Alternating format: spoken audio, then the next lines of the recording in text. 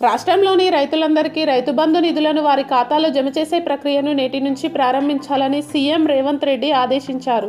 వ్యవసాయ శాఖపై ముఖ్యమంత్రి సోమవారం డాక్టర్ బిఆర్ అంబేద్కర్ సచివాలయంలో దాదాపు 3 గంటల పాటు జరిగిన సమీక్ష నిర్వహించారు.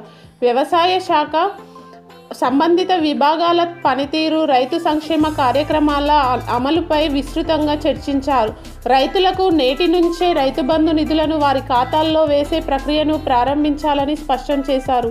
ఏ ఒక్క రైతుకు ఇబ్బంది కలగకుండా పంట పెట్టుబడి సహాయం అందించాలని స్పష్టం చేశారు. అలాగే కాంగ్రెస్ హామీ ఇచ్చిన రైతు భరోసాపై కూడా చర్చించారు. రైతు భరోసాలో భాగంగా ఎకరాకు 15,000 ఇస్తామని కాంగ్రెస్ హామీ ఇచ్చింది. వానాకాలం 7,500, యాసంగిలో 7,500 రైతుల ఖాతాల్లో జమ చేయనున్నారు.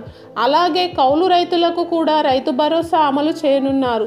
అదేవిధంగా రైతు కూలీలకు కూడా సంవత్సరానికి 12,000 ఇస్తామని హామీ ఇచ్చారు. రైతు భరోసా విధి విధానాలు రూపొందించడానికి సమయం పడుతుందని, అందుకే పాత విధానంలో రైతు బంధు అన్నదాతల ఖాతాలో జమ చేయాలని సీఎం రేవంత్ అధికారులను ఆదేశించారు.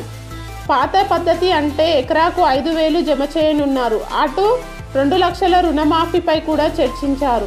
తమ ప్రభుత్వం ఇచ్చిన హామీ మేరకు రాష్ట్రంలోని రైతులకు 2 లక్షల మేరకు రుణమాఫీ చేసేందుకై తగు కార్యాచరణ ప్రణాళికను రూపొందించాలని ఉన్నతాధికారులను సీఎం ఆదేశించారు. ప్రస్తుతం జ్యోతిరావు పూలే ప్రజాభవన్లో నిర్వహిస్తున్న ప్రజా దర్బార్ను ప్రజావాణిగా పేరు మార్చారు. ఈ ప్రజావాణి ప్రతి మంగళ శుక్రవారాల్లో ఉదయం 10 గంటల నుంచి మధ్యాహ్నం 1 గంట వరకు నిర్వహిస్తామని ప్రకటించారు. ఈ ప్రజావాణికి ఉదయం 10 గంటల లోపు జ్యోతిరావు